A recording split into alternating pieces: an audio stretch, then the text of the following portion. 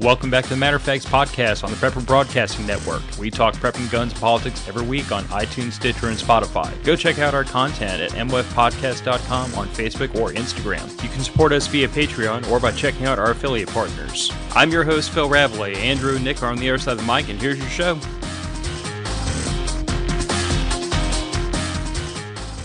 All right. Now, Nick, I need your solemn vow now. There will be no screwing. There will be no screwing around. There will be no getting distracted. No chasing squirrels. No hurting cats. We're not going to talk about government malfeasance today. We're not going to get distracted every 5 minutes. We're not going to let the people in the chat get us off topic. We are going to talk about reloading and only reloading on this show today. We're not going to talk about the patrons We're not going to talk about the patrons. We're going to do the admin work in 2 minutes. All right. Flat. And that's it. We're going to get to the reloading. We'll try. Okay. We're going to see how this works. This is the Matter of Facts podcast. I'm Phil. This is Nick. There are patrons who are in the chat right now actively trying to distract us from the topic of which we'd said we were going to talk about last week. And we totally boloed that all up by talking about pretty much everything except the topic. But we're not going to do it this time. Mm-hmm. We're going to stay on track this time. We are going to mention merch at the Southern Gals. The link's in the show description, along with the link to become a patron if you'd like to support the show and support a local small business. And if you like coffee, you should check out Disaster Coffee, and you should use code MOF at checkout to save a few % on coffee, because this is what's going to fuel this level of mayhem tonight. We are not going to indulge in booze and spirits because that always gets us off topic. So I fucked that one up right off rip. Son of a... Nick! So, you remember how I mentioned in the Patreon chat how I think I made a new drink using vanilla vodka, slices of lemon, some bitters, and some honey? Well, yeah, it's pretty tasty. I will say that if you 8-6 the bitters and you swap the vodka for whiskey, you have Cajun cough syrup. I mean, I will probably try that the next time I remember to buy whiskey. Yeah, double shot glass.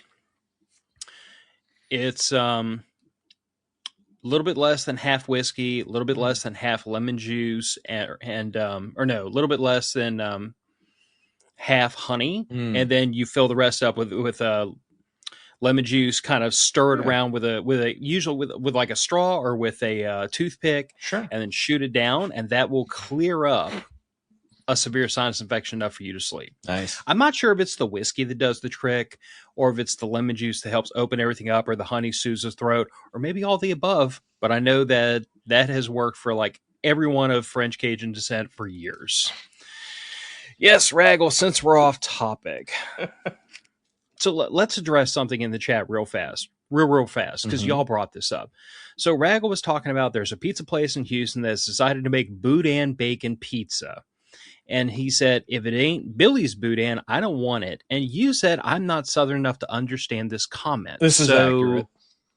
What do you not understand? Do you not? I don't know what boudin is. I have no idea what that is. Holy Jesus, I have failed you. Yes. So, since we're off topic and now talking about boudin, which I'm assuming is a food? So, okay, boudin is, it's rice, pork, and seasoning in a traditionally in a pig intestine, although more modern, it's a just like a sausage casing. It's kind of the best analogy I can French give haggis? to you. Kinda, sorta. I will try this. It's boudin. Look, if you shove meat and stuff and seasonings in a casing, I'm probably going to eat it. Like, I will say that as far as like you really do have to cook it, but as far as cooking it, like personally, I like to like get a skillet, throw some butter in, and like kind of fry it to crisp up the casing. You can also, frankly, you can also just cut it open, scatter the guts all over the place, and just like flash fry that and eat it. Like there's lots of different ways. I'll have to give that a shot. But I apparently have failed my patrons on the camping trips and not brought any up in a while.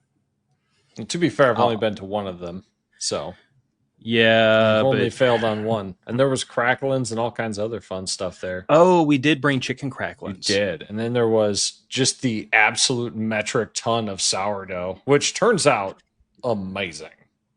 Yeah, that was Victoria. Yeah. About that. Hell of a good loaf of bread. That little lady was killing us with sourdough. We are already off topic. God dang it. Not even 6 minutes.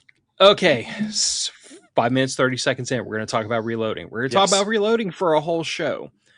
So, since we were stop, Raggle. Stop. Because we both love food. You can't do this to us, man. My middle name is Thickums. Obviously, I like food, but we're going to talk about reloading. Yes. So, since we didn't get that deep into the subject last time, I think it merits a slideshow. So we have some visuals. But reloading in the simplest terms is we're taking components. Usually, the brass would be salvaged from a previous run of shooting. Sometimes you go out and buy brand new brass. Most of the time, we're talking about buying projectiles. Some people like to cast their own. But regardless, we're talking about taking 4 principal components and we're putting it together in the proper sequence and the proper amounts so that we don't blow our guns up. Yes, ideally. So we have our cartridge. Our brass has cartridge case. And please, for the love of God, don't refer to these as bullets, because bullet is the projectile. The whole thing is called a cartridge. Yes. It might sound like the old clip magazine argument, but it's just you'll get every reloader. There is a point to the clip magazine argument. Distinction? Because, there are clips and there are magazines, and some magazines also can hold clips. And there are bullets and there are cartridges, but they are not the same thing. Yes. And you will give every reloader a mini stroke if you refer to a cartridge as a bullet. Yes. So please don't do that. But we have our brass cartridge case, usually brass. I mean, we'll get into that a little bit further, I guess. Steel and aluminum, you're typically not going to home roll. You're not going to reload at home. Typically. Yeah, and if you see like the really shiny cases, those are actually nickel plated brass. Mm-hmm. So they're still brass, but they're nickel plated, and that's not just for the sake of vanity. Like the nickel plating actually helps helps with extraction from the chamber. It does. Which is why you see it on premium defensive ammunition so much. Also, when you corrosion resistance. Yeah. Well, that and when you pay $1 a round, you kind of expect your ammunition to be pretty. So some of it is probably just there for marketing. Depends on the caliber you're shooting. At $1 a round, it could be a bargain. Yeah. But you have your case, you have your primer, which is the thing in the bottom that makes it go bang. You have your powder, which is pretty self-explanatory, and you have your bullet that gets set into the top. Now, in the simplest terms, seating the primer into the primer pocket, seating the bullet into the mouth of the case takes nothing more than a finely calibrated mechanical press, because that's all a reloading press is literally a linear ram. I mean, Let's obfuscate all differences between single stage, turret, and progressive press for just a moment. Mm-hmm. We're talking about a linear ram, and via some kind of a lever system, a way to increase the mechanical advantage to give us more power for a given amount of arm strength. Yeah, that's all a press is, and you calibrate the depth of things via how far into the press you screw your die, so that at full ram extension, God, there's a lot of innuendo in this show. There is. But if at full ram extension, when the case is as far up as it's going to go, the thing holding the bullet is going to be what sets the depth that the bullet is pressed into the case. Or the neck tension, or how much you're expanding the case, or the outside size of the case, whichever step in the process you're in. Essentially, you're using the fixed stop position of the ram as your zero location. Yep. Yeah. So I always have to start with, like, what are the parts of a cartridge and how does a reloading press work to put the things together? Because for some reason, the uninitiated think that making your own ammunition requires like an industrial estate. Like, people are shocked when I show them how simple it is. And they're like, it's not any harder than that. I'm like, no, it's not really that hard. I mean, I'm not the brightest crayon in the box, and I can figure it out. I haven't blown myself up yet. It's no different than baking. It really isn't. You're following a preset set of instructions, and if you deviate from them and don't know what you're doing, terrible things will happen. Terrible things. All right, now advancing forward. What is burn rate? Why does it matter? So I inserted this in here because I actually had this lingering around as a topic from like months and months and months ago to kind of do not a whole topic, but a mini topic on what was burn rate of reloading, why does it matter, and so on and so forth. So I don't want to like murder it to death in this show, but I did think this was the appropriate place to talk about what is colloquially known as burn rate. Because, okay, again, for the uninitiated, the critical difference between smokeless powder and black powder, other than the fact that smokeless powder doesn't make a lot of smoke by virtue of its name, is smokeless powder burns, black powder explodes. Mm-hmm. It sounds like a no-duh moment, but hear me out. If you take a pan of black powder and throw a match into it, it just goes poof all at once. And even the fastest smokeless powders, if you throw a match into them, first of all, I've put lit cigars out in piles of powder. It doesn't light that easily. No. Like it takes some energetic, it takes a fairly energetic starters, ignition. But once you get it to light, it doesn't just poof all at once. It burns. It can burn very quickly, very vigorously, but it's a controlled burn. You can take a line of smokeless powder, light one in, and watch it burn in sequence. It's a fun thing to do with mixed powders. You don't know what they are. Yes. Also, if you need to destroy mixed powders, honestly, give it to your wife to put in the garden. Yeah, it's full of nitrogen. Yeah. That's probably why the irises that are in my front yard right outside my garage are always so pretty. Definitely. Because like whenever I have some powder to throw out, I just chuck it right there into that little patch. And I mean, last I checked, they're like waist high. Nice. Yeah. But I bring this up because I want to have a discussion about burn rate. So there is no like measurement system for burn rate. It's not like the weight of cases or the weight of bullets where they're all weighed pretty generally in grains, unless you get into the really big silly crap that's weighed in grams or ounces. Yeah. But like it's weighed in grains. It's kind of industry standard. There is no measurement for burn rate. What we have here in a burn rate chart is all the powders we know of arranged from fastest to slowest. And it's not as if like number 2 on this list is twice as fast as number 1. It could only be a percent faster. It could be 99% faster. It doesn't matter. All it means is that 2 is faster than 1, 3 is faster than 2, and so on and so forth. But the reason why I think it bears pointing out is that when you start to look in a recipe book, you're going to see most traditional. I really wish I'd have like snapped a picture of my Hornady manual so I could show you. But like, envision this, if you will. You will see for a given cartridge, given bullet weight, you'll see a line of different powders and then different charge weights that equate roughly to certain speeds. Mm-hmm.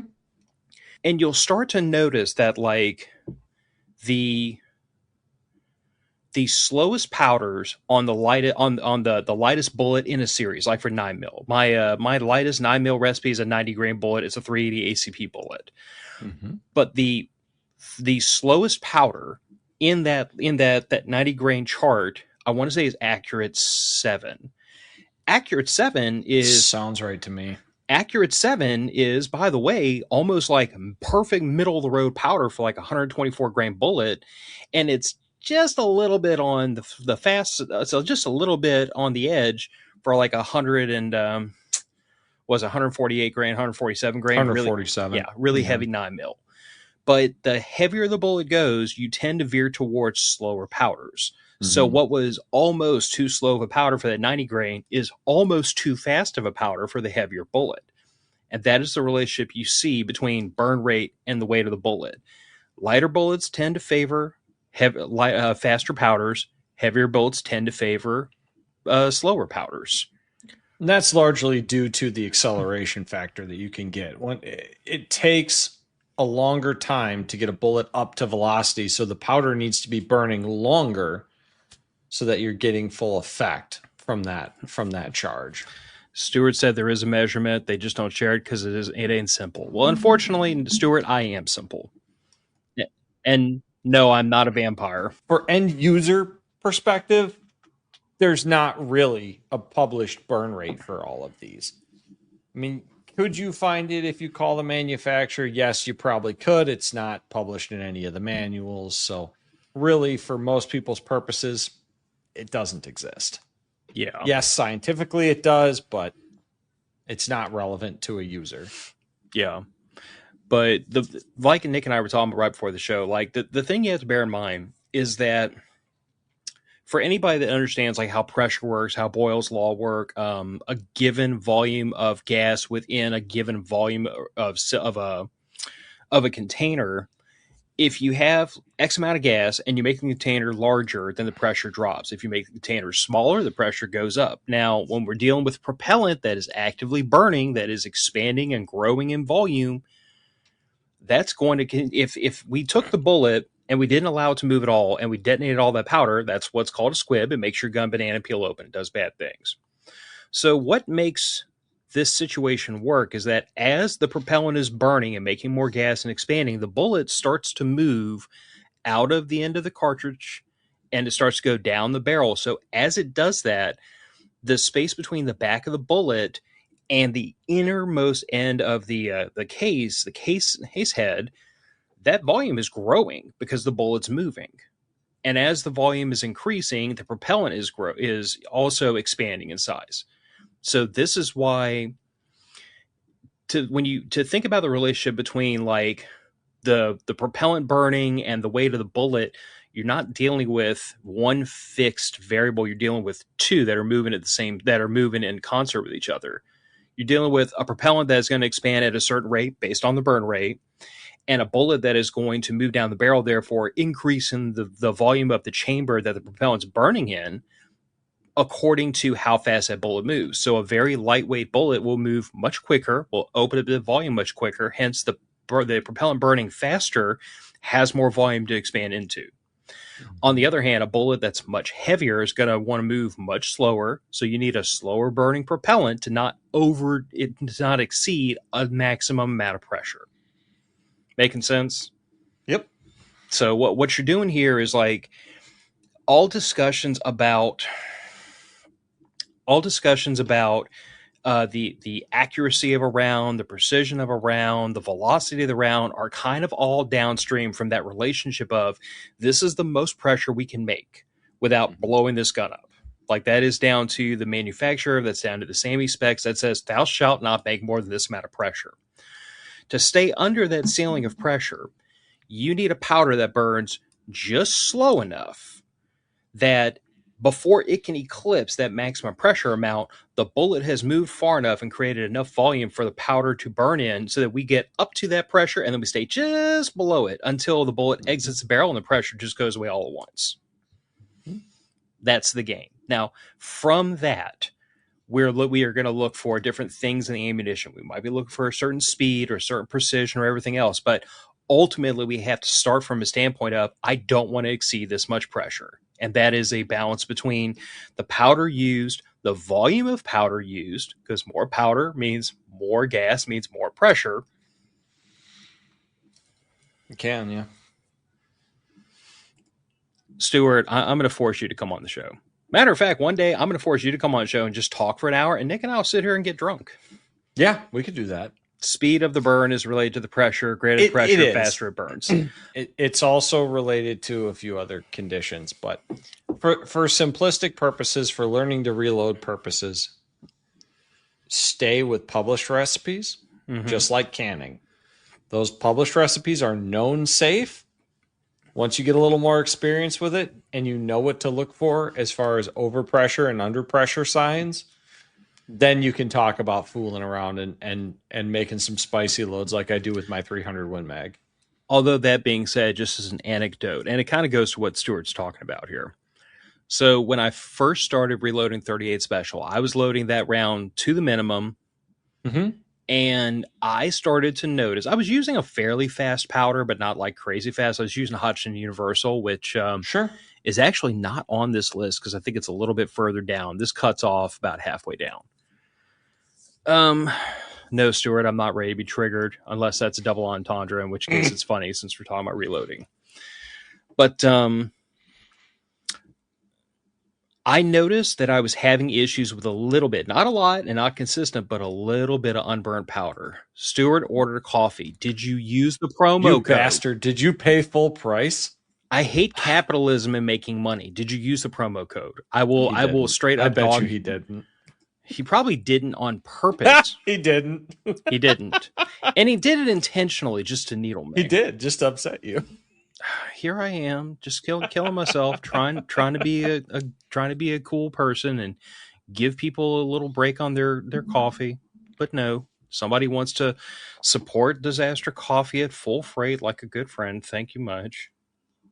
To be fair, we are also endlessly hassling Rebel about raising the price on his backpack so I can buy one.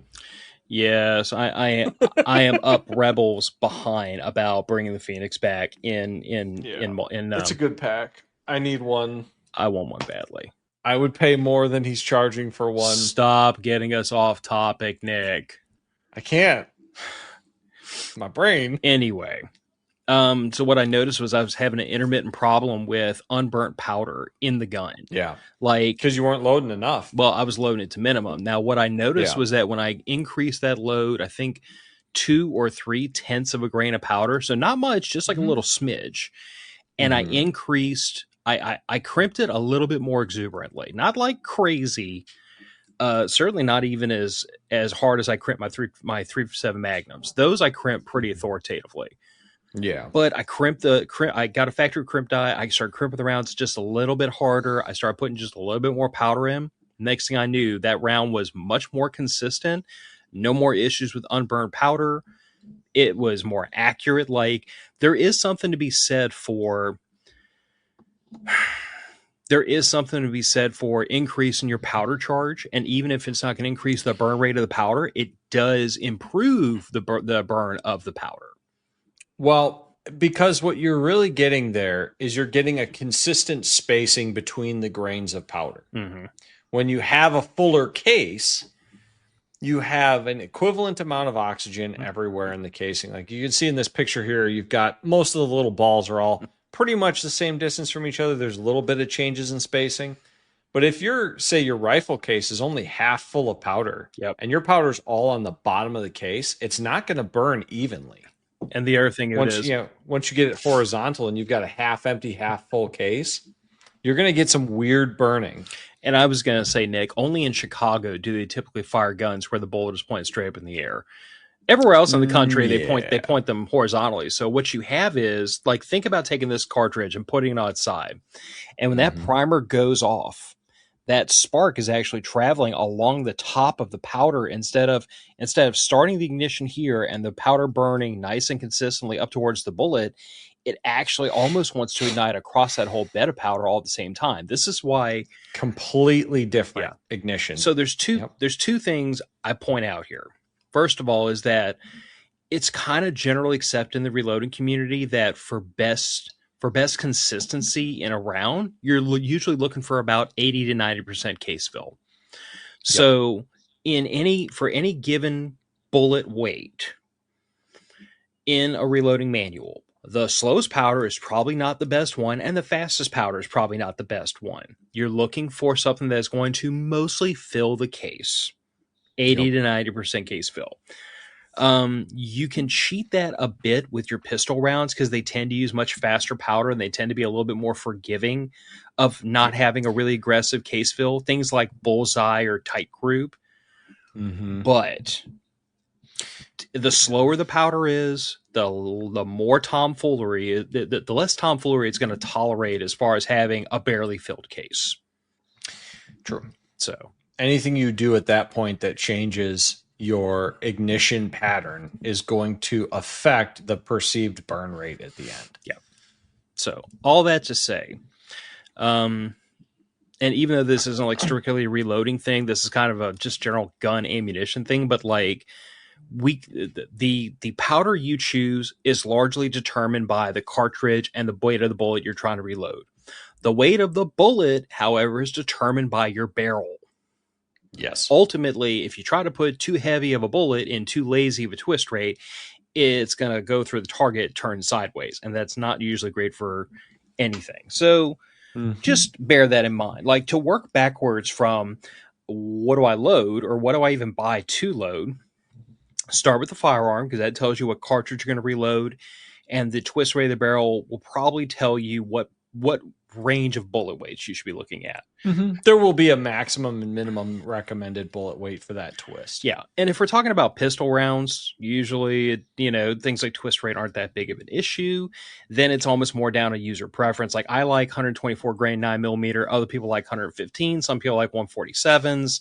I like 147s. Yeah. And there's it just seems to shoot the best out of my handguns. And I've got CZs that like eat like a fat kid at an all night diner. Like they just don't care. Ironically, my CZ97B really liked lightweight bullets in 45.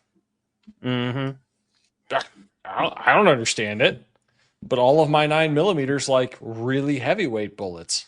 Yeah. See, I am heavily invested in 124 grain 9mm, and with the exception of the few boxes of 90 grain hollow points I have on the shelf. But there's just those are zippy. There's just something about like a 9mm that can drive like 1,425 feet per second.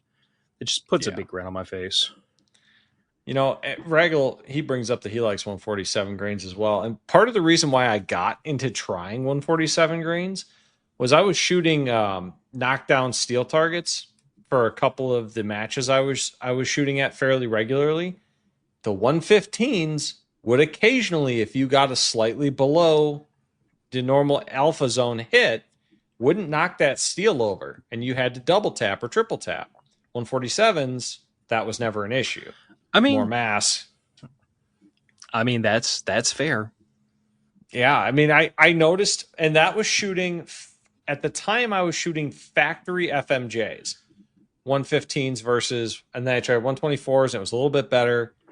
147s, it was never a problem. So depending on your application is also going to drive your bullet weight a little bit. The one thing I did not do to prepare for this, I should have told the two of us to grab our recipe books, not like the factory reloading manuals, but I'm assuming, Nick, you keep like a little book or a log or something that's your recipes. Oh yeah, I have an Excel spreadsheet that is my recipe logs and all of my wind calls and ballistic drop data from -20 Fahrenheit to 110 Fahrenheit. Try to log that in your memory bank. Maybe next week we can come back and do like a little follow-up to this with our recipe books. Mine are actually just written in a notebook over in my reloading bench, but it's like, it's after I've done all the work up to determine what my guns like the best. Like, this is the thing this gun likes. And we should have brought that to this, but we'd probably get off topic and run out of time anyway. That is a longer, in my opinion, more in-depth topic that would be too much with this, because that's like just doing the rifle round development alone is a topic. Then let's table that for next week. Let's bring our recipe books for next week, and let's have a discussion about like our methodology of load development. Yeah, absolutely. We'll steer away from that for this. We'll focus just on reloading, techniques, gear. But next week we can follow up and talk about that. Yeah, we'll talk load development. Outstanding. I love one. I got some pretty neat tips and tricks that I learned from some very excellent shooters. Yep. And I have a whole bunch of self-taught, no idea if it's the right way to do it or not, but it's my way and I haven't killed myself yet. So, hey man, as long as it's safe and it works. I mean, it's safe enough. It seems to work pretty well. All right, the stuff. So the rest of this slideshow is really like from me and Nick's own personal stock, like pictures we put together of our stuff. And depending on whose stuff, they're going to have to speak to it. So this slide here is my stuff. All right. What you see on the left, well, yeah, it's my left, is an MTM case guard box with some loaded ammunition in it. On the right is a box of powder-coated bullets that I get from my bullet guy. He's located just in town by me here, about 10 minutes away. It's fantastic. The reason I took a picture of this case was to show one thing in particular that I don't do, but a lot of old school reloaders do. You will notice there's a case that's different than all the rest of these, Phil. It's got two different colors of Sharpie on the backside of the case. It's got black and it's got red. All right. One of the guys that I used to get spent casings from, he would only fire pistol brass 3 times. He would buy brand new pistol brass and he would fire it. The first time he colored half of the back of the case black. The second time he loaded it, he would color the other half of the case red. If it was black and red, he never loaded it again. Now, I tend to load my pistol brass until the brass is shot, until it is cracked or damaged beyond repair. Yes. Because, number one, I'm not shooting ultra precision pistol competitions. I'm not. I'm shooting a defensive focused style of pistol shooting. I'm putting rounds on target within 25 yards. It's really looking at like A and B zone hits on a torso target, not highly precise. No, that's perfectly fair. I was gonna say that, like, personally, I load brass until the neck splits, and that's I mean, here's the thing: if you have brass that is difficult to get, like a really odd cartridge or something you have to fire form or something you have to, if it's difficult to go out and buy it in bulk, you're not going to pick it up as range scrap. Exactly. Then it pays to like get into case annealing so you can can keep the brass as long as possible. I don't do that because everything I load, I can pick up on the freaking range floor whenever I want it. Yep. And I load my brass until the neck splits. The minute that happens, like it's time to junk it. I will only case anneal rifle rounds. I will not bother with pistol. I don't anneal anything because, I mean, like the hardest brass for me to replace would be for my 308.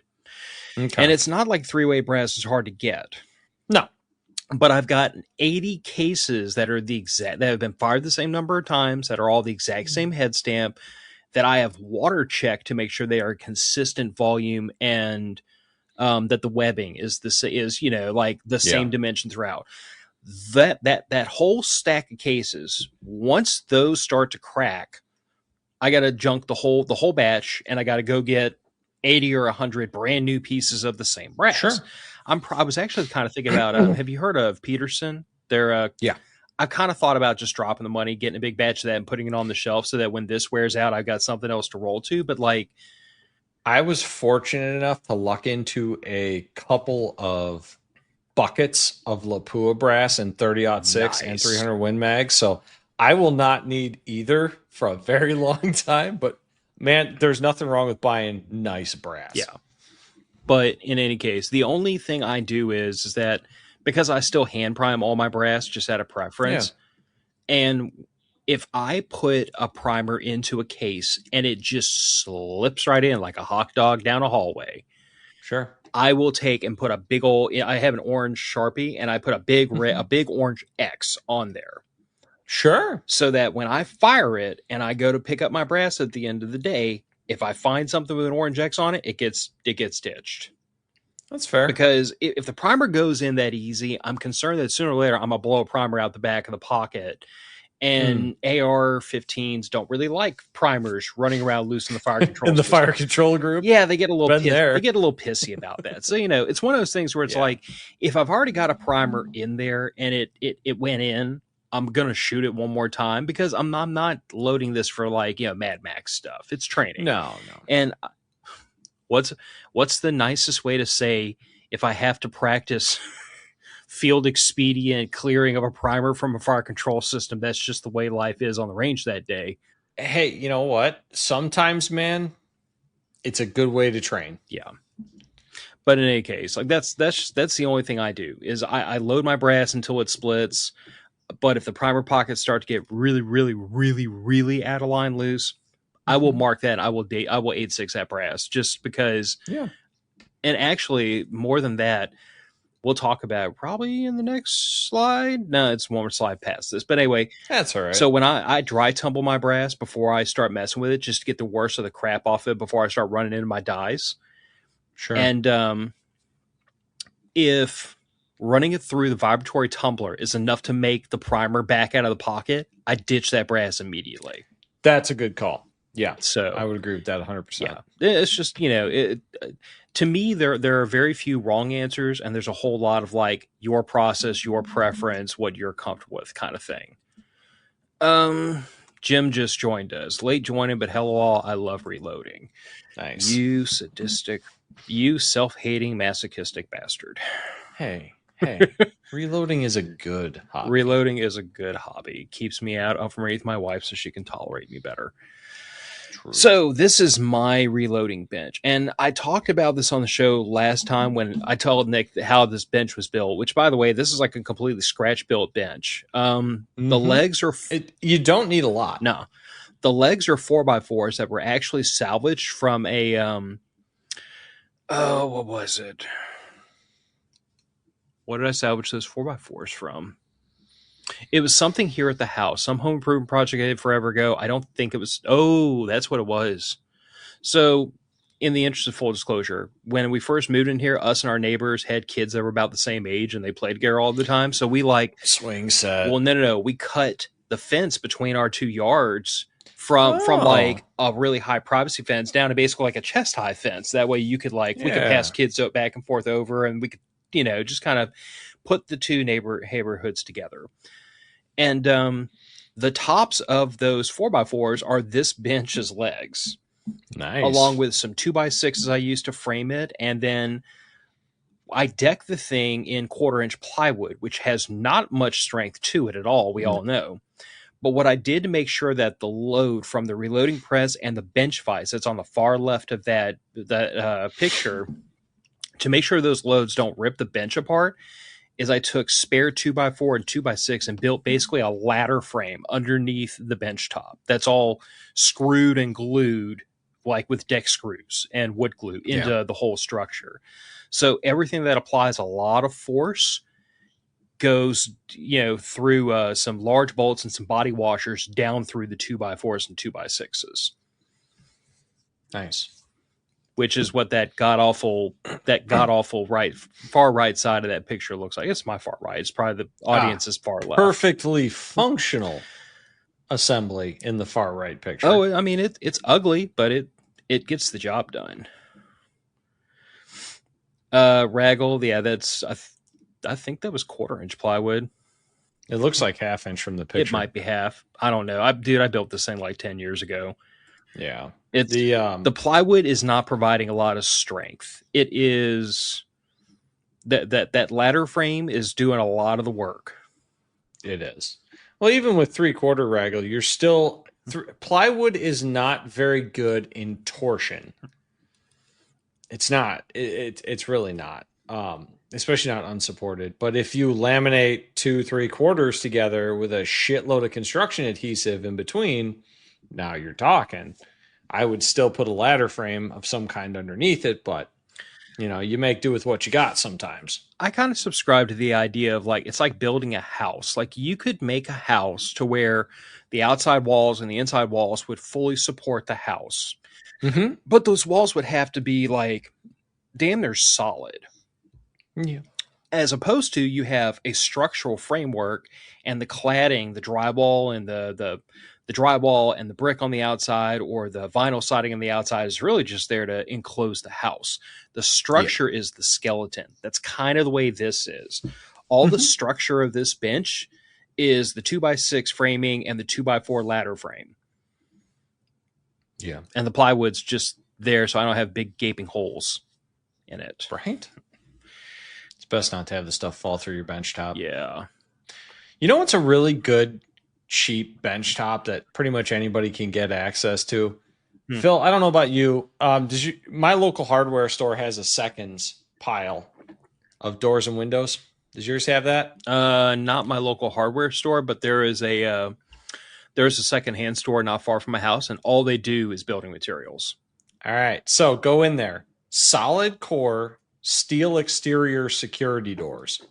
It is hardwood all through, sandwiched between 2 thin pieces of sheet metal. You want to talk about a hell of a bench top? That'll do a good job. All glued together and laminated together in between a few pieces of steel. Is it perfect? No. Will it prevent you from pulling your fasteners up through the hardwood? Yes. That'll do work. It does a pretty good job, and I can usually get a factory seconds or damaged and dirty door or the wrong size door they ordered for $15. It's cheaper than a sheet of plywood. So Jim said he had his first stuck case in 20 years. Jim? Oh, yeah. Oh, yes. Coffee cans are every reloader's best friend. That they But are. Jim, drop in the comment. Matter of fact, everybody else is welcome to as well. Like, what do you use for case lube? Personally, Mm-hmm. I am a full on Redding Imperial case sizing wax. Won't use anything else.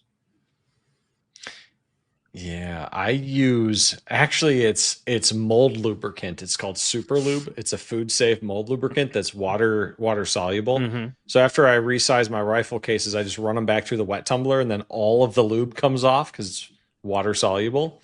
Works fantastic. I've never had an issue with it dicking with my powder and primers. That gets the job done. That's also why I wet tumble, is to get all the case sizing wax off. Mm-hmm.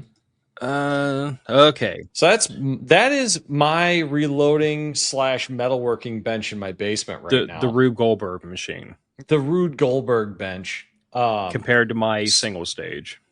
Right. So this is a progressive press. This one's a Hornady. I don't know when this one was made. I got it secondhand, and I've made a couple of modifications to it since then. This bench is a butcher's block industrial bench top that I happened to get out of the dumpster at work because they were getting rid of a bench, and I was like, hey, free bench top. I threw a couple of pieces of plywood top and bottom on it just because it was full of all sorts of solvents and oil and grease, and you couldn't really get the bench top clean anymore. So I just skinned it, called it a day, and then mounted it on some 2x4 and 2x6 structure. So this Hornady press here is set up for 9mm. As you can see, it's a 5-position shell plate. I just recently got the case feeder set up for it. That's this device you see on the left. Essentially what goes on is there's a little slider bar you can see right behind that little plastic bin. As you pull the lever down, that slider bar backs up and actuates that case feeder up top of there. Drops a case, and when you feed the lever back to the forward position, it pushes that case forward and seats it into that shell plate. And then it will go through all of the stages of the press and make your bullets. So the first stage after it dropping the primer on there, the next time the turret comes up, it's going to deprime and reform the outside of the case. Comes down, primes the case, comes up, bell mouths the case, comes back down, comes back up, charges it with powder, comes back down, comes up to that empty station there where my bullet feeder is going to eventually go. And then the last stage after the bullet will have dropped down onto there, goes up, seats and crimps the bullet. And then kicks the bullet off into that little plastic tray. So once it's fully loaded, every pull down and up will drop out a live round. Like I said, a Rube Goldberg machine. It is. I don't know if you guys can see in the back there, in the back middle of the picture there's that wire kind of sticking up and bent into like a little flag shape. I essentially took a piece of 1/16 welding rod and just bent a little 90-degree flag on that. What that tells me is when that little flag is touching the top of the brass tube for the primers, I have one primer left in the tube and one primer in the primer tray down below. So I know I can load 2 more rounds before I've got to swap primer tubes. The biggest bitch that I've had with this machine is, number one, timing in the shell plate. Because for whatever reason, Hornady did not make that simple. You got to adjust a couple little cam screws. And number 2 is running out of primers and not realizing it until 5 rounds later. When all of a sudden you're wondering why you have so much powder just all over the shell plate. There's powder all over the shell plate because it only takes, 3 or 4 pulls of the lever and you've made 5 dud rounds. Now I just shake all the primer out of all the powder out of those rounds back into the hopper and then fill RTV in the primer pocket. And those are my training loads, my training rounds. Because they're dummies. There's no primers in them. So you might as well use them for something. This is true. So to back up one slide, I'm still using my faithful rock chucker, which means unlike Nic's contraption where every time he pulls the lever, he gets a fresh round, I get a fresh thing that requires 2 or 3 more pulls and processes. And whereas I'm imagining Nic probably processes his rounds a lot like my dad does with his Dillon, where it's like you get the machine set up and you just components in, ammunition out, and it kind of runs in a nice little assembly line. For a single stage, you can certainly do that, but it's just not time efficient because you're having to swap dies to go from piece to piece.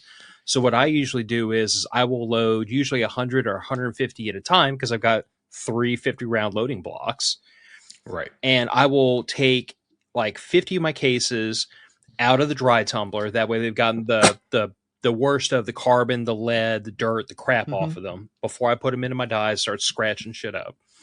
And I'll run them through and deprime them and resize them.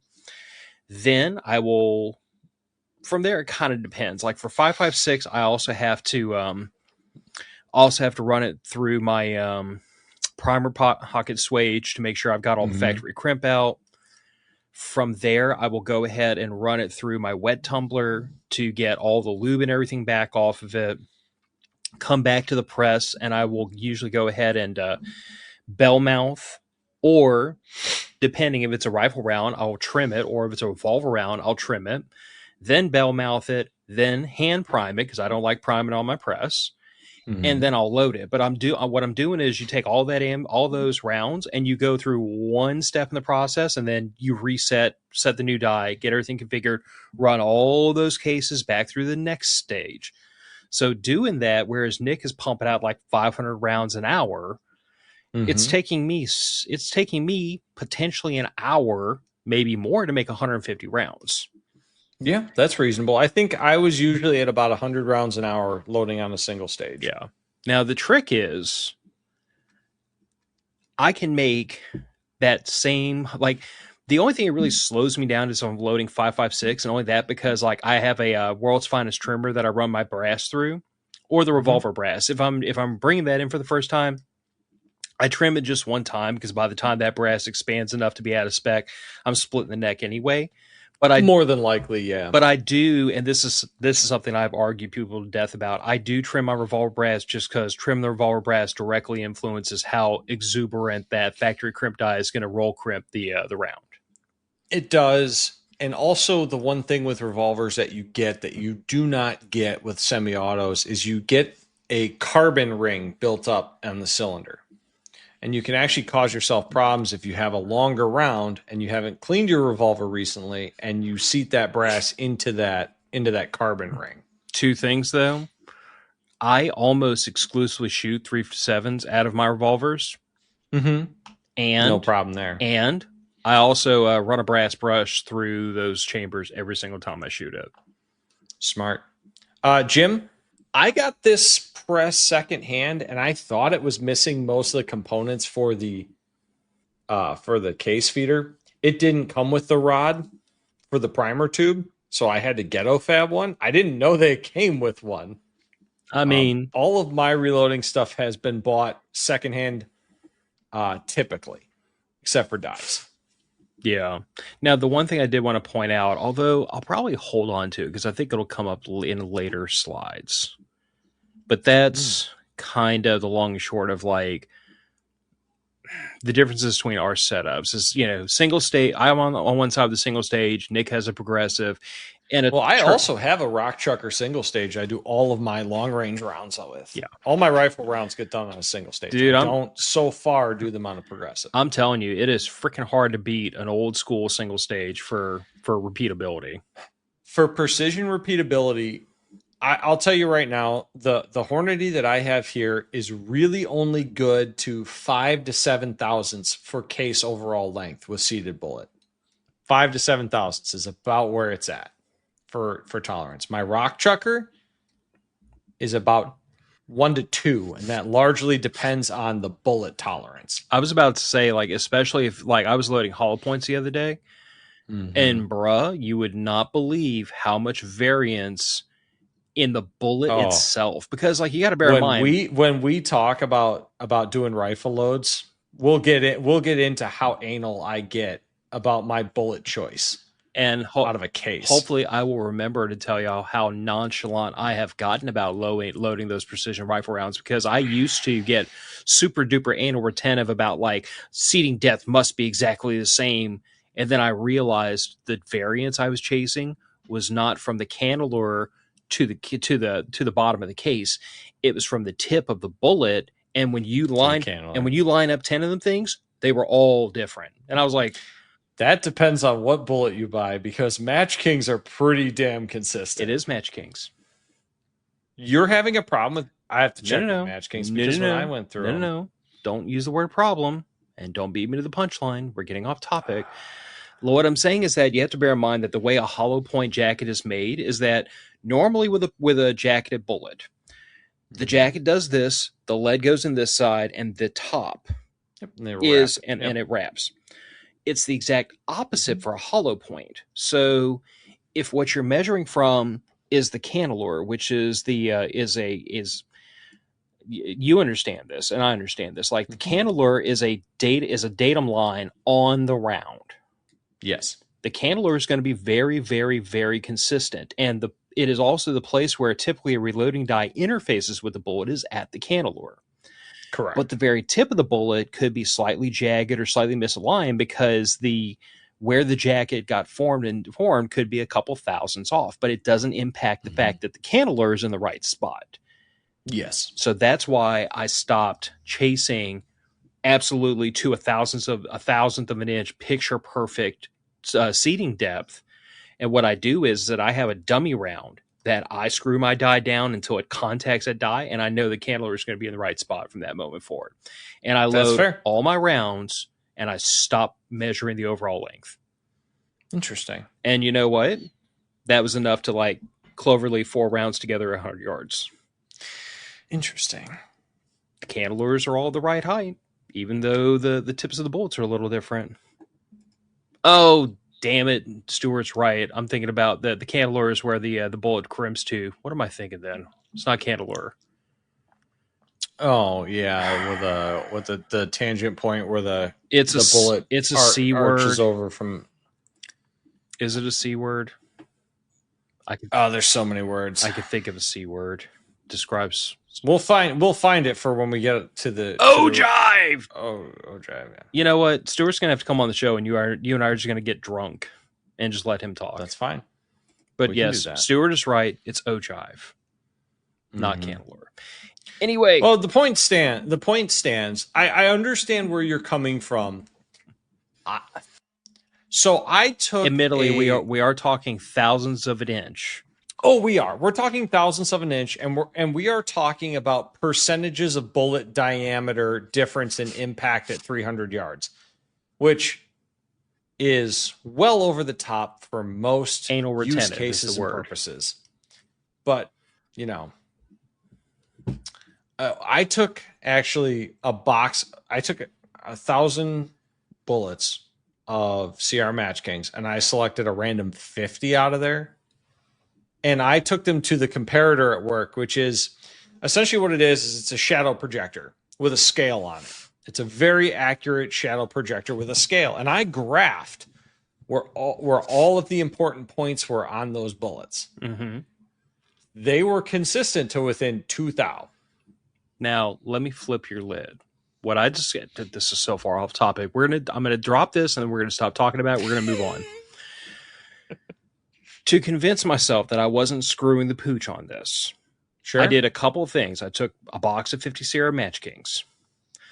I weighed every last one of them. And from the heaviest to the lightest, they were within, I think, 0.3 of a grain. That sounds similar to what I've found, yeah. Very, very similar weight, and that has a big impact on flight path. But the other thing I did was, remember how I said I was measuring off the ogive, right? And I stopped chasing that perfect down to the thousandth of an inch. Because originally what I was doing was I was literally like backing out the cedar on the die, and I'd press the bullet in, and I'd pull it out, and I'd measure it, and then I'd screw the seating die down 1/8 of a turn at a time until I get the perfect. Oh yeah, that's way too picky. So what I did was, once I discovered this whole the very tip of the bullet is slightly different in this lot, is I took my die out of the press. I put it upside down in a padded vise. I dropped a bullet point down so that the ogive sat in the seating die. Sure. And then I measured from the base of the bullet to the face of the die using my dial calibers. Yeah. I did that on 10 different rounds, and they were within, I think, 1 or 2 thousandths of an inch. Yeah. So from the ogive to the base of the bullet we've got amazingly consistent bullet size. Yes. But from the base of the bullet to the tip, I was getting 5, 6, 7 thousandths difference. And it was all down to that little dimension between the ogive and the tip where the jacket formed together. Yeah, that makes sense. That makes a lot of sense. I didn't realize you were resetting your die for every single round. But again, like we talked about before, I was largely self-taught, and I didn't know how much of a difference it made. So when I set out to make a quote unquote precision rifle round, I overdid everything except for neck turning. Yeah. That's the one thing I never got into was concentricity and neck turning. I understand it makes a difference, but okay. We'll get into that when we get into the rifle round loads. The point remains. That's a 20-minute talk on its own. My point is that I was chasing ghosts, trying. Yes, you were. But I didn't. You were chasing burrs on the tip of the bullet. Is really what you were chasing. But I didn't know until I tried. No, you don't, and that's part of it. Yeah. Anyway, okay, trimming. So a couple things I wanted to point out here. On the left, that is the perfect amount of ghetto rig on the right. That's perfect. Let me get there. So on one side is my Lyman hand-powered case trimmer. That's what I use for my 308 Winchester, and that's also what I use for my revolver rounds. And for the revolver rounds, I trim them one time, and once brass is into my workflow, I don't go trim it a bunch of times or measure it. It's just one time, make sure it's within a couple thousandths of an inch one way or the other for my case trim length. And if it's not, I junk it. And if it is, like if it's too long, I'll trim it. If it's a couple thou too short, I'll just put it in circulation. It'll be fine. It'll stretch. Yeah. But the 308, I measure that every single time I shoot it. And if it's a little long, it gets trimmed. I have a couple of doodads on here from Reloader Tools, which I'm shocked. I checked the other day. Their site is still up and they're still selling. They do nice. It's a little one-man garage outfit, and he makes like 3D printed reloading accessories. I've talked to him before. I actually tried to interest him coming on the show years ago, and he just really wasn't interested because it's kind of like a side gig for him. And I think the way he put it to me was he was concerned that if he got too well known, that the demand would outstrip his ability to 3D print the things. That is an extremely fair thing. I have seen a few single man operations get well ahead of themselves and then just crumple under the load. Because then it takes it from a fun side job to, well, now this has got to be all weekend, every weekend. Yeah. But what we have here is his tray, and it's not the easiest thing to see, but there's actually a little plastic collar around the collet, and that is just to make sure that as the brass shavings come off, they go down into the tray instead of flying all over the place. And the tray is really just there to kind of catch all the brass, make it easier to collect and pitch away. Used to, it would just kind of go everywhere, and I still have a little broom and dustpan that I'd sweep it up with, but this makes things a little nicer and cleaner. Now, I have that mounted to that little wooden pad that has 2 bolts that run through it. This was one of the things I wanted to point out because it's something I built into this workbench a long time ago. There is a collection of threaded inserts glued into the bottom of the bench. Nice. And I have a number of attachments that have strategically drilled holes, or they're mounted to wooden blocks that have strategically drilled holes, so that I can take those 1/4 inch by 20 Allen-headed socket bolts and screw things down to the bench. So that as I'm sitting there, working this hand trimmer, I'm not having to hold it with another hand or fight it or have it skitter around on the bench. It's just run those 2 bolts down, snug them, and then just go to work. And when I'm done, pull the bolts out, pull it up, stow it away, and the bench is clear. You know what that's called in the industry, Phil? Thinking ahead. Indexable fixturing. Well, that's a high. The fixture goes back in the exact same place every single time. Yep. And it's this way for this. It's this way for my my rifle rest. That way, if I'm working on a rifle where I'm like tearing it apart and I need to apply some force, I can lock the rifle into the rest. The rest bolts down to the bench, my magazine loaders, those also bolt down to the bench. So if I'm loading a bunch of AR-15 mags, I just bolt the loader down to the bench and then just, freehand it, not fighting with it. Absolutely. Yeah, it's a very simple thing that just about anybody can do. If you've got a circular saw and either a drill press or a handheld drill, you can do that. I mean, T-tracks are nice. Oh, well, there's Stuart with T-tracks. Yeah. T-tracks are great and all. You have to inset them into the bench. That's fine if you're willing to build a dedicated workbench with T-tracks. But anybody can go on McMaster-Carr and get the thread inserts that you hammer in or glue in or press into a piece of plywood. Can be modified into any existing bench, and it gives you indexable fixturing like this. Yeah. And you just cut your sheet of plywood, mark your hole locations, drill your holes, and run your screws in. Yeah. It's very easy. And on the other hand, my ghetto fab, as you so nicely put it, that is my dad's old Craftsman corded drill. Mm-hmm. It's probably about as old as I am. Oh, yeah. That came attached to the world's finest trimmer that my dad gave me. It came attached to the trimmer? Yeah. That's fantastic. That's my dad's old drill and the world's finest trimmer that he gave to me because he upgraded to the case trimmer on his Dillon 650. Okay, that's fair. So this is one of those moments in time. I mean, now I'm going to piss some people off really badly, but I was this close to getting a whole hand-me-down Dillon 650 when he upgraded to a 750. I turned him down. Why? I have no freaking place to put the stupid thing. It doesn't take up that much room. Look, it doesn't take up that much room. It's the same size as my press. It takes up the amount of room as my, what's that thing, a 40-pound vise? I don't know. It's not that big. I have no want to fool around with a progressive Move press. your daughter out. Gillian's gonna hit me when she sees me. I have no interest in getting a progressive press, not now and not ever. I could be talked into a turret press at some point, but the truth of the matter is that I've helped my dad set up that progressive press at 650, and I understand the 750s are supposed to be easier to set up. They are. I haven't fooled with his 750. He has, but I've helped him set up that 650 enough times. I don't like progressive presses. I've literally been offered one for free and politely declined it. I just don't. I even looked at a Dillon 550. Okay. Manual indexing. Yeah. I kind of like that better than I do a 650. But even then, I think I'd really rather just get a Redding T7. If I was going to upgrade to anything from a rock chucker, it'd probably be a Redding T7. I just can't see myself. For rifle rounds, I agree with you.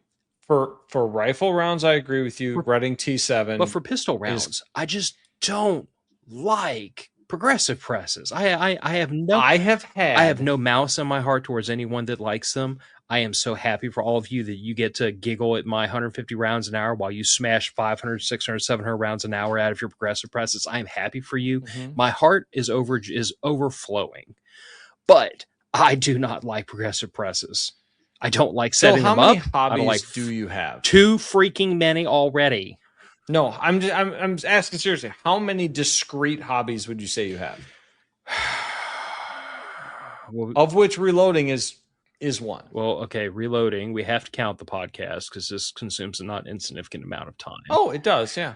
Can I count my family? Because that feels like that. No, that's not a hobby. That's an obligation. Well, it's an obligation that takes a lot of time away from the hobbies. It's not a hobby. There's guns. There's tactical gear. There's night vision. Mm-hmm. There's radios. Radios is a freaking thing all by itself. Yeah, radios do take an awful lot. All right, let me put it to you this way, Phil. I'm also a man of many hobbies, as my wife would say, probably too many hobbies, as I have run out of room, even though I say this press doesn't take up that much room. As you people have heard me bitch incessantly about the county that still won't give me the goddamn permit to build a garage, we're going to leave that alone for now. You promised me we would stay on topic. I'm trying. It hurts, but I'm trying. We can let the dog out. We can let the dog out next episode. I promise. No. I'm working on it. It's in progress. We're working on it. The progressive press allows me to compress the reloading hobby time or compress the time that I would be spending on the reloading hobby time into a smaller time window, it gives me an almost equivalent result. Almost equivalent result to my rock chucker. Is it as consistent as my rock chucker? No, it is not, and I will never try to claim it is. Is it as reliable as a rock chucker? No, it is not. The way this thing indexes its cams slowly walks out of time. I haven't figured out a way to stop that. Yeah, I know. I run out of room all the time. That's why I need a second garage. Also, Rachel, the one commenting, wants me to get the fucking lathe out of the basement, and that requires a second garage. And some large, angry friends. Well, it's not that heavy. When you take it apart, the heaviest piece is only 400 pounds, so it's not that Nick, bad. shut up. Look, my hobbies are heavy, many, and varied, all right? Not a single one of my hobbies doesn't involve cast iron or lead, so deal. But the point being, I can either spend 100 or 10 hours loading 1,000 rounds, or I can spend 2 hours loading 1,000 rounds and get to enjoy my other hobbies as well. No, that's fair. And really, for pistol rounds, I mean, I can understand why people would be hesitant for progressive press with rifle rounds. You cannot quality check as often or as easily with a progressive press. Can a Dillon give you high quality rifle rounds for target shooting? Yes, it can. Yeah. Will it do as high a quality as a single stage press where you're checking every single powder charge and every single case sizing? No, it just will not. But the time savings for me is so beneficial, especially because I am loading for 2 people, minimum, always. Because either I'm taking my wife, or I'm taking a friend, or I'm taking a family member. And a lot of times those people end up shooting my ammo. My wife, because she's going to shoot my ammo. My dad, because I'm not going to make my dad buy his own ammo when he only shoots with me. He's just going to shoot my ammo. I want to spend time with my dad. I'm bringing the bullets. I mean, my dad has a 750. He has plenty of his own ammo. Well, exactly. That's different. My dad doesn't hand load. He only buys the ammunition that he thinks he might need in case somebody breaks into his house at night. So I provide his range ammunition when he comes out, or when I am teaching a new shooter. That's all fair. A lot of the time when I'm teaching a new shooter, it's somebody that doesn't even own a gun. I'm supplying the ammunition because they're using my gun. Do they at least buy you breakfast? Sometimes they buy me lunch. Sometimes they buy me beers after. Sometimes it's a person that I know would not teach themselves shooting otherwise. And I can give them that. I can give them that experience and that comfort level to go out and then buy their own firearm and then get into the classes. I mean, that's all fair. But back to topic. Well, it is on topic because it's reloading. I mean, the press, look, it gives me a 5-fold time advantage. It really does. That's fair. It's just a gigantic pain in the ass I don't feel like dealing with. And I've never been in a situation where I felt like I outstripped my ability to make or purchase ammo. I can absolutely, even with that progressive press, I can outshoot my ability to produce ammo. Oh, I sure could if I tried. But bearing in mind that I do a lot more dry fire than live fire practice. Yeah, I need a Mantis. We can make that a topic. I know we can. And I know I should have bought one already, but anyway. I bought a Beretta instead. So yeah, on the air side is a world's finest trimmer. It's set up for 5.56. It's awesome. It's actually it's hose clamped down to that little 1x, because I clamp that down to my bench with wood with what are they? Oh, the quick clamps. Yeah, quick clamps. The little trigger actuated quick clamps. Yep. Those things are fantastic. Yep. And that doesn't... If you don't have them, buy them. They're amazing. I've considered like threading some inserts or bolts or whatever through that, like I did with my hand trimmer. But honestly, it's not breaking my heart to just clamp it down to the bench and then go for it. And I usually use like the lid from a coffee can to like catch the brass shavings. It gets the job done. So I also have a world's finest for my 5.56 brass. The only difference between what Phil's doing and what I'm doing is you're using a drill press. I said that drill press back there. Yeah, that's what I use. I use the drill press. It works. Just because I have it and it's there. It works. If I didn't have it before I had it, I used a cordless Makita. I will say this much, and Nick might giggle at me because I'm sure he has man hands, and my mechanic hands have kind of worn away from office work. But I personally recommend you keep a glove on hand, because usually when I'm trimming 5.56 brass, it's like 500, 600, 700 cases at a whack. I'll just sit there for an afternoon, smoke a cigar, and just run brass over and over and over. And on several occasions, I've developed blisters from holding the brass while that case feeder vibrates and, kicks and everything. So two things. One, never use gloves when you're using rotary power equipment. Never use gloves with rotary power equipment. Second thing, blisters are your friend. Just put a couple bandages on. It's fine. Seriously, though, look, with the corded drill that you've got there, it's probably not going to be a problem if a glove gets grabbed by that. The drill press I've got is a 0.5 horsepower drill press. Yeah. It is stronger than me. It'll pretzel your arm. I get that. Do not, it might not. The belt would probably slip. It's fairly old, but hopefully. The only gloves, I should be clear with this. The only gloves you are allowed to use with any rotary powered equipment are those little thin nitrile gloves that will tear when you touch them to anything. Anything else, you could lose fingers or lose an arm. That's fair. I'm a machinist. That is a hard and fast rule. All of the machines I work with will kill you if you give them the excuse. But at the same time, I've been using like rotary hand tools for years with gloves. You really shouldn't. You really shouldn't. That little corded angle grinder will climb that glove and smear your finger. Now I'll just have to live with that. But anyway, you might. Hey, everybody has to choose their risk. And for me, ever since I was 13, it was thou shalt not use gloves and moving power equipment. You just do not. No, I'll give you that. All right. 2 more slides. And my goal is to be out of here in 17 minutes and 40 seconds. All right. Mine's an easy one.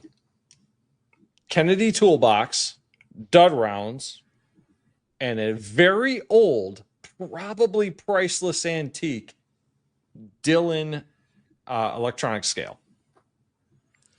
I got that when I got my rock chucker from a dead guy's reloading collection through a coworker at work. I have had that scale since the beginning. I check it with a standard every time I turn it on. It has always been very consistent. It has given me fantastically consistent rifle loads. The newer scales are probably better and faster, but that one works. Yeah, and I think I have an RCBS, just a little electronic scale. I've never had a problem with it. I do keep a beam scale around to double check against if I'm ever curious. I was going to say behind that big old stack of die boxes and everything on that shelf on the air side is a beam scale that I still keep around for occasional sanity checks. I've actually discovered that the beam scale seems to be a touch more consistent than the electronic scales. Not much, but if you're like splitting like tenths of a grain, it can be, in my experience. The electronic scales, if you put something above them, it changes their reading. Because of the air currents because in it the alters room. the atmospheric pressure. Yep. Beam scales are not that sensitive. Also, I don't know if it's more consistent or if it's one is more sensitive than the other. Okay, here's something interesting, and I cannot confirm, but I was told from someone who had they had a fluorescent light fixture above their workbench that turning the fluorescent light on and off affected the reading on their electronic scale. It can, especially the old big fluorescent tubes. All of my lights back behind me, and actually all the lights in this house right now, they're all LEDs. Yep, same. They don't have enough current to mess with that scale. But I did notice at my old house, the fluorescent lights would mess with it. Yeah. But once you set the 0 with the light on or off, it did not make a difference. But change that light on to off, you had to re-zero your scale. Yeah. And I run into the same thing when, because it's usually hotter than shit in my garage, especially in the summer. Mm-hmm. And I'm usually running a window unit and a box fan in there, just to, like, circulate the air and keep things moving. Yeah. And I have noticed I have to re-zero my scale because of the air currents in the room. It's just, I could believe that. it is, It's different air pressure. Yeah, it is worth pointing out.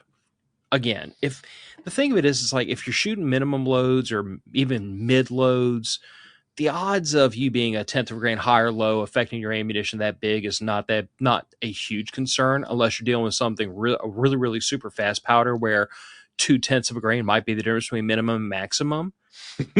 But if so, you're using the wrong powder. But if you're, well, either that or you're using like tight group. Wow. I don't like tight group for that reason. I don't like tight group for a couple of reasons, but that's one of them. Yeah.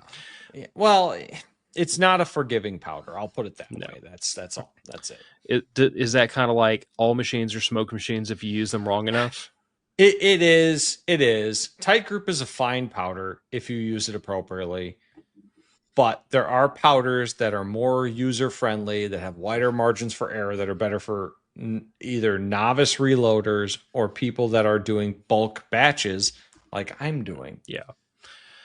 But the thing I wanted to point out on the other side of this was, like, yes, I have a beam scale in the back there. On the right side of that is a, I think that's a Redding powder trickler, which is literally just something that, like, if you're loading precision rounds and you want to make sure that every powder charge is exactly the same, then what I do is I will take and throw a charge of powder into, the little bowl that sits on my my scale, and then I will trickle it until I get exactly to 1/10 of grain, the right charge, and then I'll dump that using a funnel into my rounds. Like, that's pretty common and fair amongst reloaders. For precision rifle loads, or if you're tuning a load, that's generally considered the acceptable practice, unless you have like one of the RCBS Charge Masters where it trickles every single load. Those are very good. Yeah, those are very consistent. And the only other thing I have in this picture is a couple of the FW Arms dies, which are now owned by Dillon. Like, Dillon doesn't own FW. FW sold the patent to Dillon. Yeah. But I've got the auto centering swage die and the auto centering depriming. Yeah, depriming die. I actually don't use the depriming die. I haven't since I got it. Stewards reamed me out about recently because I should be using it, especially after I forcibly resized the flash hole on a couple pieces of brass. Look, you only do that like 4 times before you buy 20 spare decapping pins, and then never have it happen again. As a matter of fact, I now have 20 spare decapping pins sitting in my bench. Look, if you reload, you're going to break some things some of the time. Sometimes it'll be casings. Sometimes it'll be primers.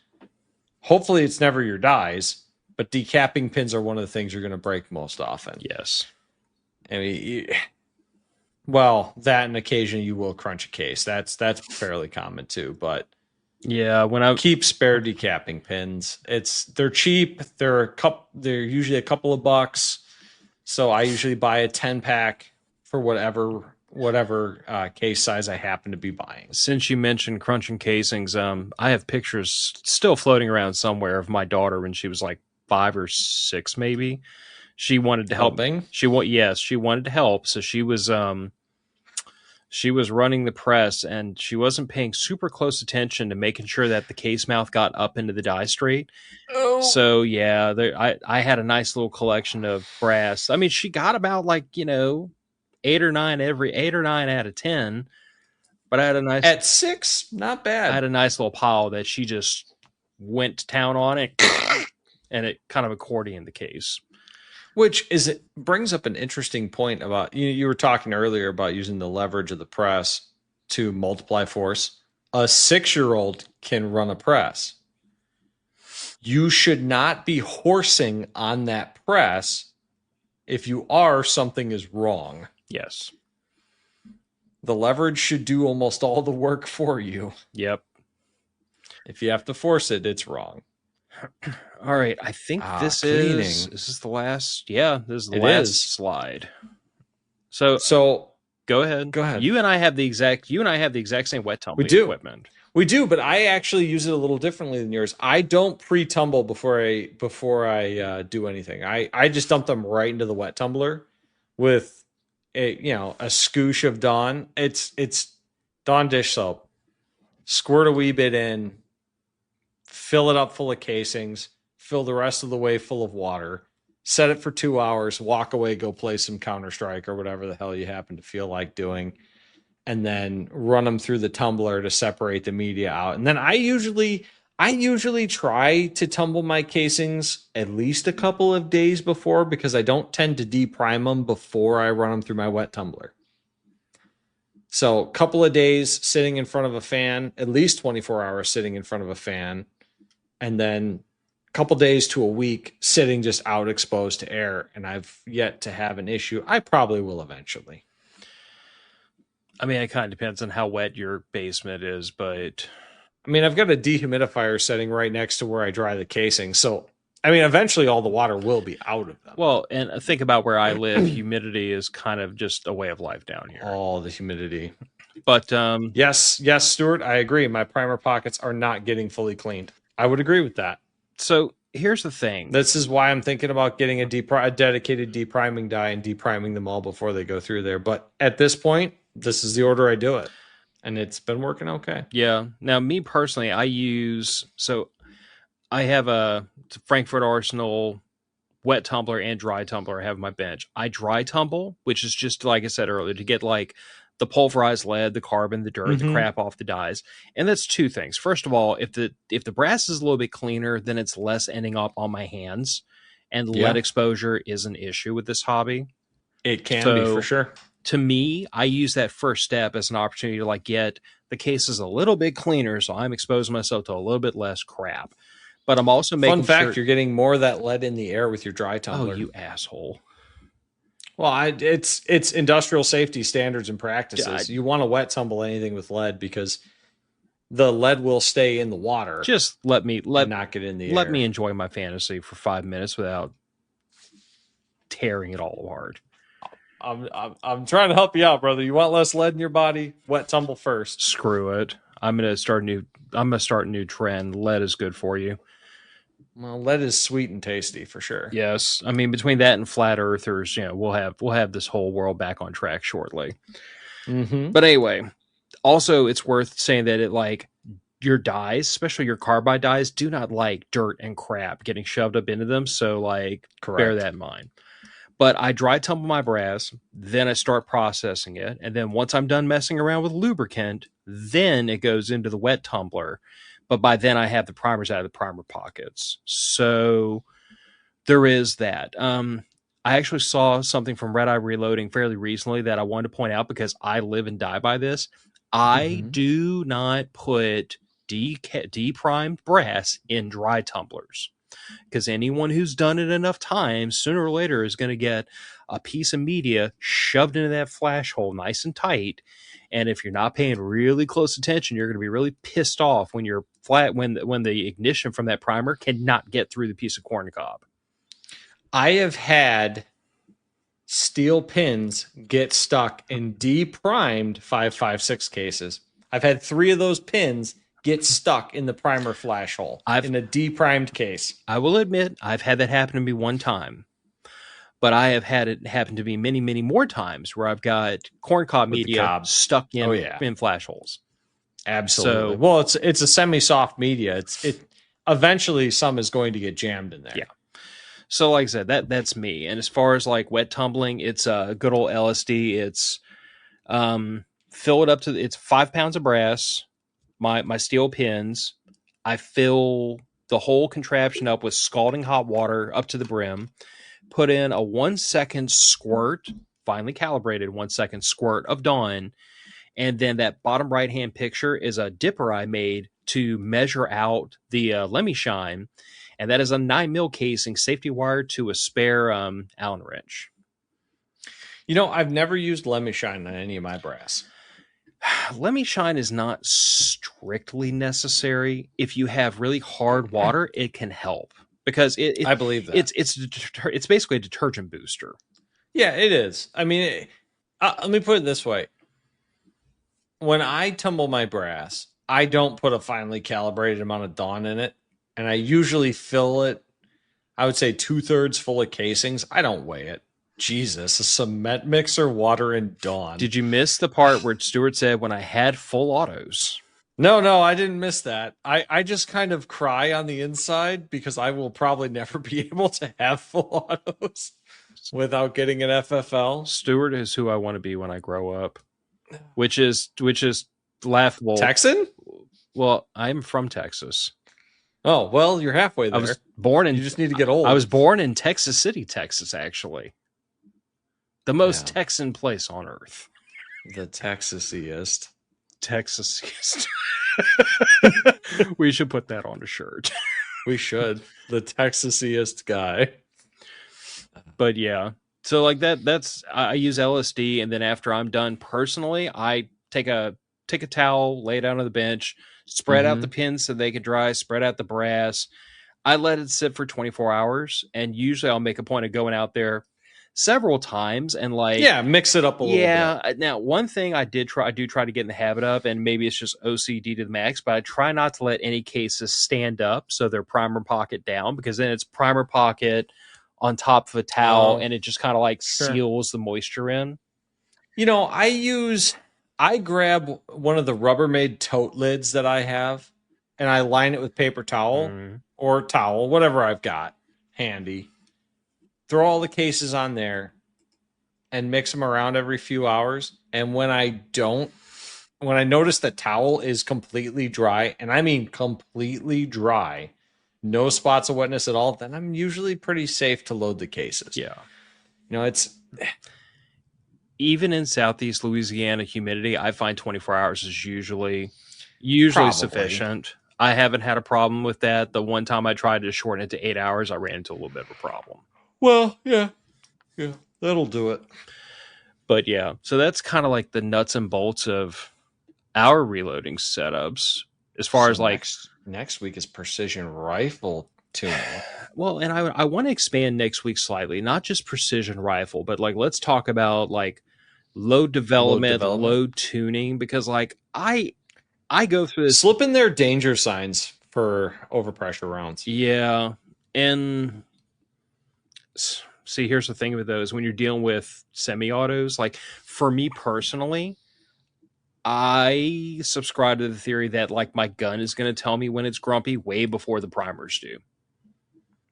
You can feel if you're experienced with firearms, and you should not be fooling around with reloading unless you have some firearms experience. But you can feel the bolt and the slide beating on things they're not supposed to.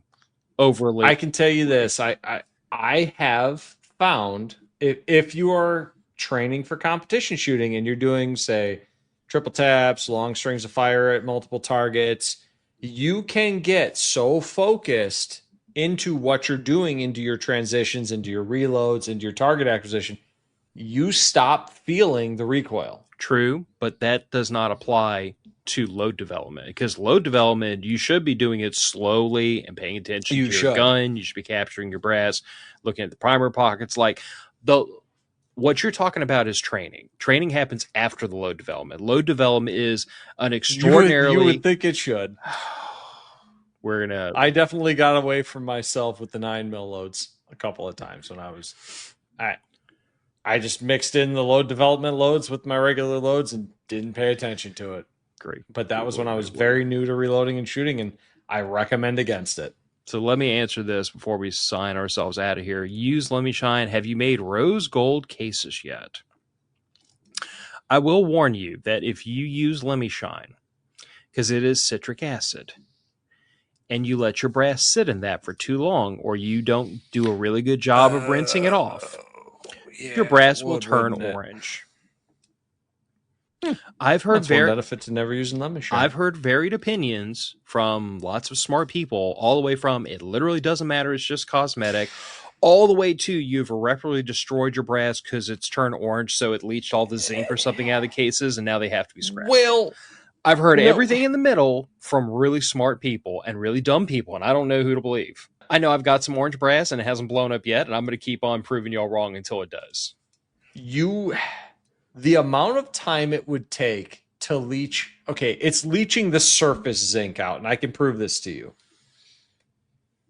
Do you have a Scotch-Brite pad? Yes. Grab one of your orange cases. Go at it with a Scotch-Brite pad. Tell me if it don't turn back to brass colored. That's a good idea.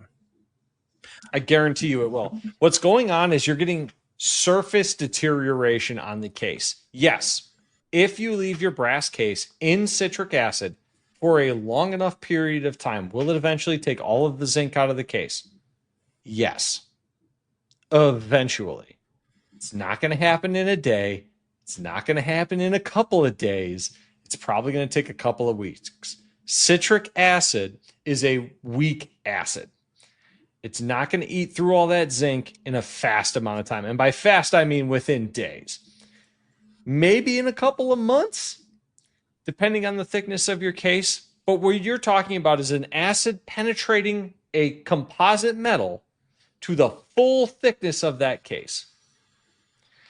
When you use like a rust remover, rust stripper, that's also, well, some of them are acids, some of them are bases. But the point being, you can leave your steel part that is rusted in that for weeks.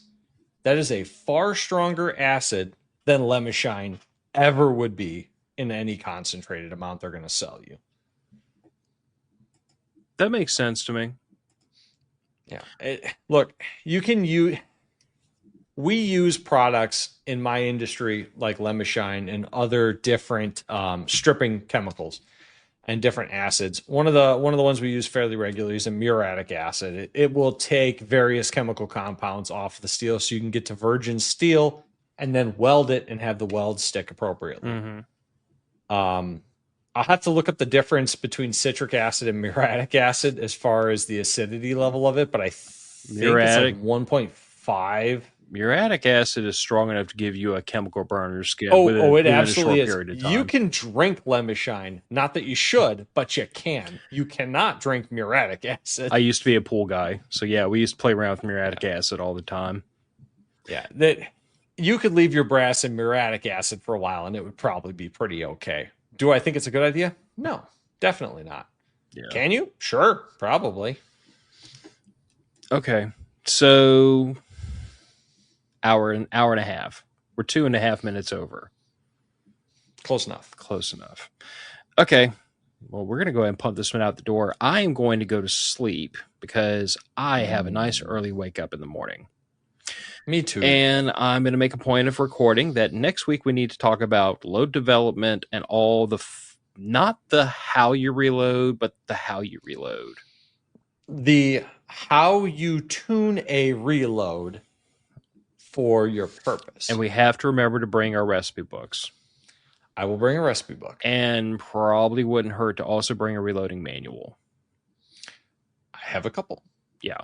We'll try to be, I mean, I thought we did a pretty good job of being prepared for this. Sharpies. I made a whole ass slideshow. Nick and I did amateur photography work. Like, we were really on the ball prepared for this one. We did. But next time we need to bring notes. We did not address the potassium nitrate shortage. For those of you that don't know, potassium nitrate is not manufactured much in the U.S.